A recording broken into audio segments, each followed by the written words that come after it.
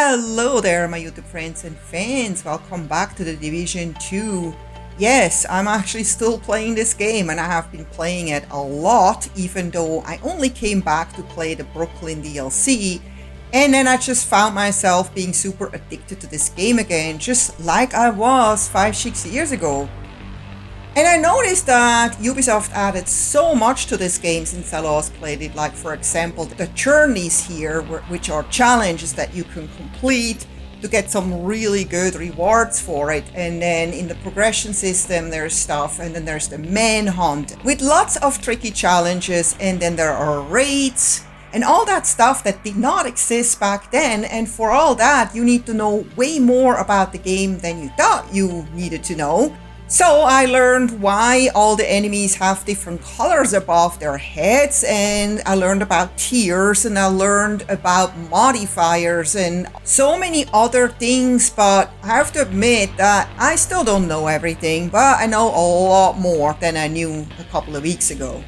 So for example, in the journeys, there are many challenges, and there's this one: perform double kills while firearms tier 4 or above. And I'm like, I don't even know what that means.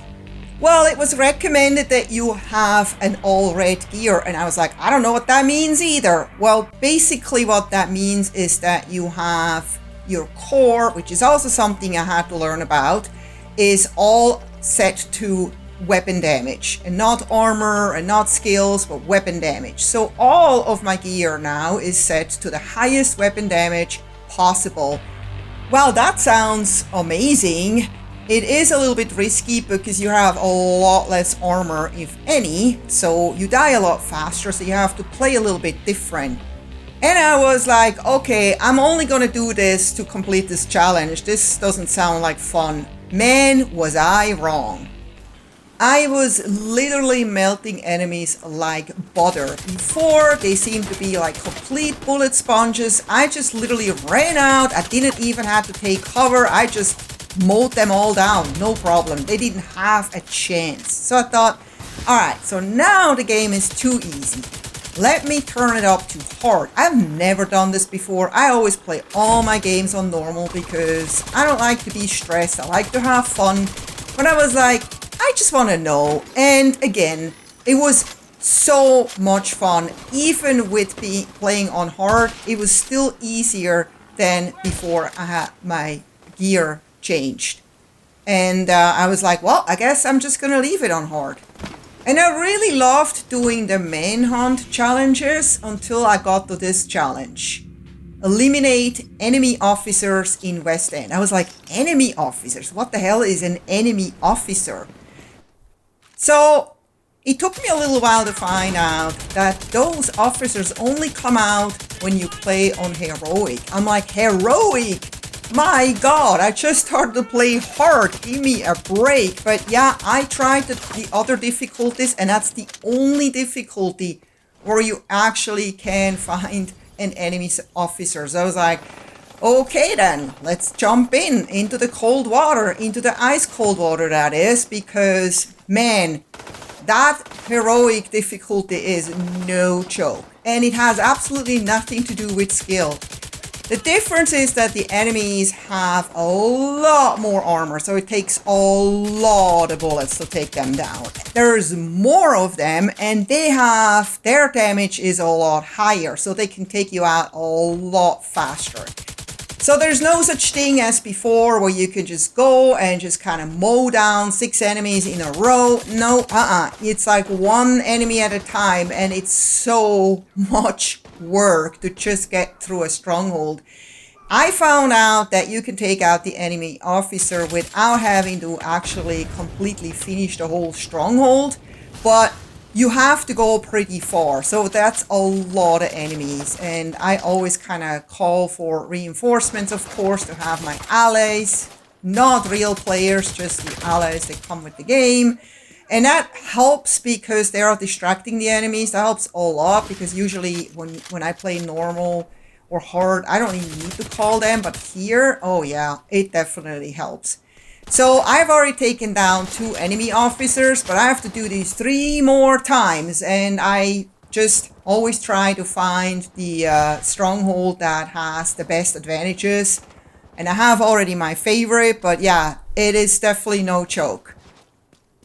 And if you are going down, you most likely stay down unless your allies are still alive, which in heroic is a lot of times not the case. So you have nobody helping you out. You basically just have to give up and then respawn at the base and come back and hope that you can continue where you left off.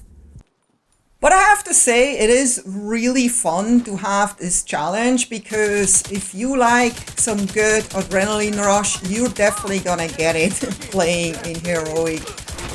It's just extremely challenging, and I love myself a little bit of a challenge. I mean, it's not the worst, you know, if you die, you can just respawn. It's not like the end of the game or anything, so it's not really frustrating.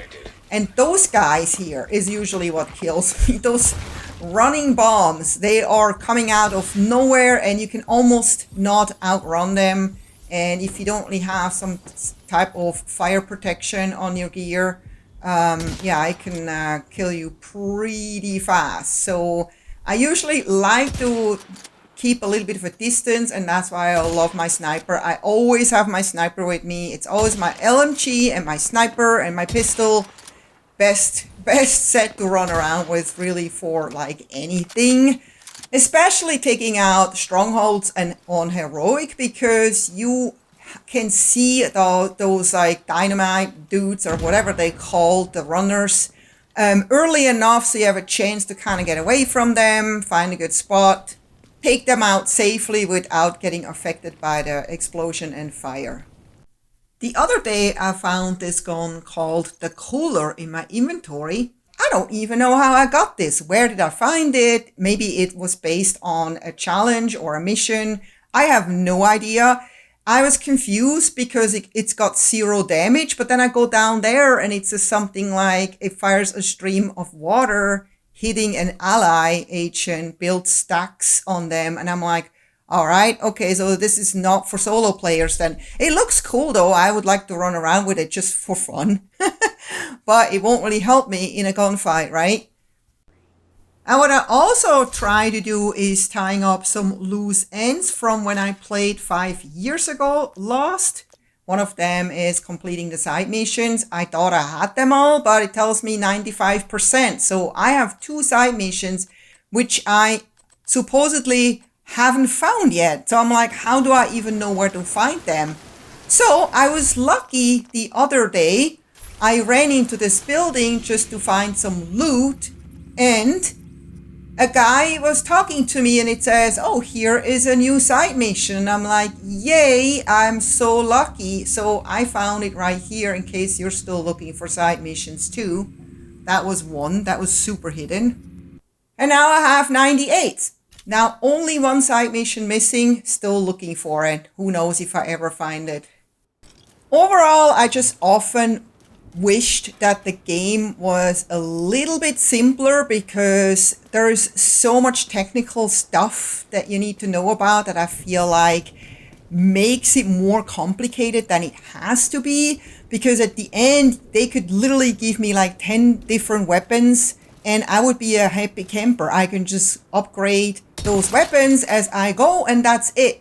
But I end up with my stash always full, with my inventory always full, having to spend a lot of time sorting things, finding out what to get rid of, what to sell, what to deconstruct. And that time I rather would like to spend just playing. And it feels kind of almost like a chore that you have to do, but you really don't enjoy doing. And I feel like games should all about being just enjoyment. But I know some people just love this like tedious stuff. I am just not a fan of it, especially not in shooters. And then there's of course the screen clutter. Yeah, well, I got rid of most of it, but why do they use such tiny fonts? Not everyone is playing on a PC and having their nose right in front of the screen. I mean, I sit pretty close to my TV and it's a huge TV and it's 10 feet only that I sit away from it. But I literally have to walk up onto the TV screen to read certain things. I can't see it. And the red font on dark, I mean, that's not even accessible. But hey, you just gotta love this game. If you love urban survival, I feel like nobody else has done it as well as Ubisoft. This is exactly what you imagine when you imagine a virus outbreak and cities just being affected by it, people trying to survive, people fighting each other over goods. And I think that's really how it would be if we would get something that's way worse than COVID. You know, even COVID, I mean, showed us a side that we never saw before or not in 100 years. I mean, it's scary, you know, just imagine we're losing all the utilities and then people start looting and murdering and everything because there's going to be no more law and you know, nobody can protect things anymore. I mean, that's exactly how I see it, and I feel that what makes this game so great, especially because it feels so real, because the cities feel so real. And I was just coming back for the DLC and wanted to kind of just play that and then play something else. But look at me here, still going strong, because there's just something about this game that just gets you hooked. And even if you take a break, you come back. And it's also great that Ubisoft keeps adding new stuff over and over and over, which kind of keeps this game alive. I see people that probably never left this game since the release date, like 6 years ago. They just have insanely high numbers and they just keep playing it over and over because you can. They have daily challenges, weekly challenges. They add new things all the time. I mean, it is just a lot of fun to be had if you like this type of game.